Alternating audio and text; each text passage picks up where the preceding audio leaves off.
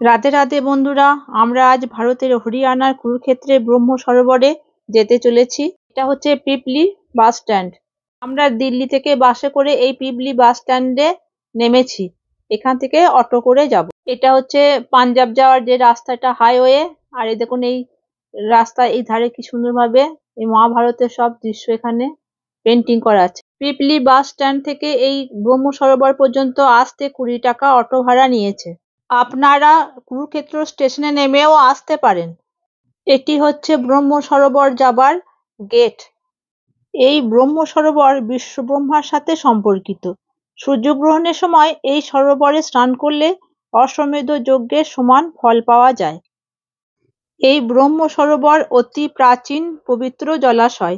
হিন্দু ধর্মে ভক্তরা বিশ্বাস করেন যে এই পবিত্র স্থানে স্নান করলে অভ্যন্তরীণ ও বাহ্যিক পবিত্রতা অর্জন করা যায়। সামনে এই মন্দিরটি দেখছেন, এটি সর্বেশ্বর মহাদেবের মন্দির। এই শিবলিঙ্গ ব্রহ্মা নিজেই প্রতিষ্ঠা করেছিলেন। এই সরোবরের এই চারিদিকে এই যে এইভাবে রামায়ণ ও মহাভারতের বিভিন্ন চিত্রপট এইভাবে আঁকা আছে, দেওয়া আছে। এই দেখুন, পুরো সরোবরটা এইভাবে এইভাবে করা আছে। কত সুন্দর আর কি বিশাল এলাকা নিয়ে এই যে তৈরি হয়েছে সরোবরটা। দেখুন কত বড়, খুবই সুন্দর জায়গাটা। এই সরোবরেতে এই যে এই পিলারের মতো দেওয়া আছে না বাউন্ডারি, এই সাইডে চান করতে হবে, ওই সাইডে যেতে দেবে না। সবসময় গার্ড আছে, কারণ ওইদিকে অনেক গভীর। এখানে মহিলাদের জন্য এরকম স্নানের ঘর করে দেওয়া আছে। এই সর্বেশ্বর মহাদেবের মন্দিরটি দেখুন জলের মধ্যে রয়েছে, এই যে এই সরোবরের মাঝে। আর এই সামনে রাস্তা দিয়ে আমরা এগিয়ে যেতে থাকলাম। এই রাস্তার বাঁ দিকে একটি কাত্যায়নী দেবীর মন্দির রয়েছে। চলুন ভেতরটা গিয়ে একটুখানি আমরা দেখে আসি। এই যে দিকে গিয়ে এই হচ্ছে মা কাত্যায়নী, দর্শন করুন। এখানে আরো আছে, এই যে এখানে ব্রহ্ম সরোবরে আরতি করা হয়, এই যে আরতির জায়গা করে দেওয়া আছে। আর এখানে রয়েছে বিশাল তামার তৈরি একটি রথ, যার সারথি হচ্ছেন স্বয়ং কৃষ্ণ। এই যে দেখুন কত বড়। কি ভয়ানক যুদ্ধ হয়েছিল মহাভারতের। যখন মহাভারতের যুদ্ধ হবেই নিশ্চিত, তখন শ্রীকৃষ্ণ চারিদিকে দূত পাঠান যে কোন জায়গা উপযুক্ত হবে এই যুদ্ধের জন্য। মহাভারতের যুদ্ধ হয়েছিল কৌরব ও পাণ্ডবদের মধ্যে, ভাইয়ে ভাইয়ে। কৌরবরা কোনো মতেই সমঝোতা করতে রাজি ছিল না, এতটাই হিংস্র ছিল তারা। সেই সময় এই জায়গাতে মানে কুরুক্ষেত্রে এই জমিতে দুই ভাইয়ে খেতি করছিল। জমির মধ্যে বর্ষার জল জমেছিল।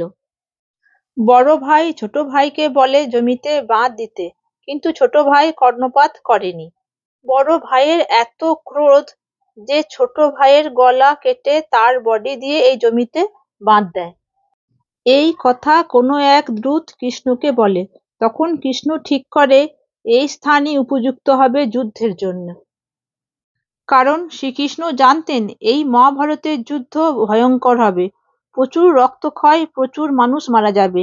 এই অবস্থা দেখে এক পক্ষ হয়তো যুদ্ধ না করার সিদ্ধান্ত নিতে পারে বা পিছিয়ে পড়তে পারে।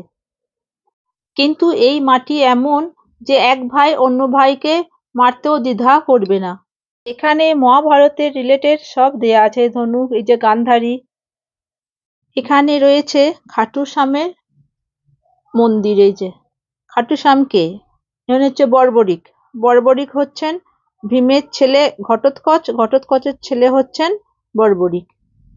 মহাভারতের যুদ্ধে ইনি নিজের মাথা নিজে কেটে শ্রীকৃষ্ণের পায়ে রেখেছিলেন। আর এখানে রয়েছে দ্রৌপদী কূপ। দ্রৌপদীর চুল খোলা থাকতো, প্রতিজ্ঞাবদ্ধ ছিলেন, কারণ দুঃশাসন দ্রৌপদীর চুলের মুঠি ধরে টানতে টানতে ভরা সভায় নিয়ে এসেছিলেন। এখানে দুঃশাসনের রক্তে দ্রৌপদী চুল ধুয়েছিলেন, তাই এটি দ্রৌপদী কূপ নামে খ্যাত এই জায়গাটা। যখন মহাভারতের যুদ্ধ হয় তখন শ্রীকৃষ্ণ ছিলেন দ্বারকার রাজা। একবার সূর্যগ্রহণের সময় দ্বারকা থেকে সবাই এসেছিল এখানে স্নান করতে। এখানে কৃষ্ণের রানীদের নামেও ঘাট আছে। এই দেখুন, দেবকী ঘাট, রুক্মিণী ঘাট, সত্যভামা ঘাট। এই যে ওই সময় ব্রজ বৃন্দাবন থেকেও গোয়ালবাল, যশোদামা, গোপীরাও এসেছিলেন এই স্নান করতে এখানে। ব্রজের কানা গোয়ালবালদের সঙ্গে ঘুরে বেড়াতো, সে এখন দ্বারকার রাজা। সেই সময় ব্রজ ও দ্বারকার মিলন হয়েছিল এই স্থানে। কতদিন পর যশোদামা ও গোয়ালবালদের সঙ্গে শ্রীকৃষ্ণের সাক্ষাৎ হয়। আর এটা হচ্ছে সূর্যকুণ্ড, এখানে পিণ্ডি দান ফান করা হয়। মহাভারত যুদ্ধ শেষে কৌরব রাজপুত্র দুর্যোধন এই স্থানে ভীমের হাত থেকে বাঁচতে এই সূর্যকুণ্ডে এখানে লুকিয়েছিলেন। ভীম কোনো কারণে জানতে পেরে যায় এখানে লুকিয়ে আছে, কিন্তু শেষ রক্ষা হয়নি, ভীমের গদাতে তার দুর্যোধনের মৃত্যু হয়। এই যে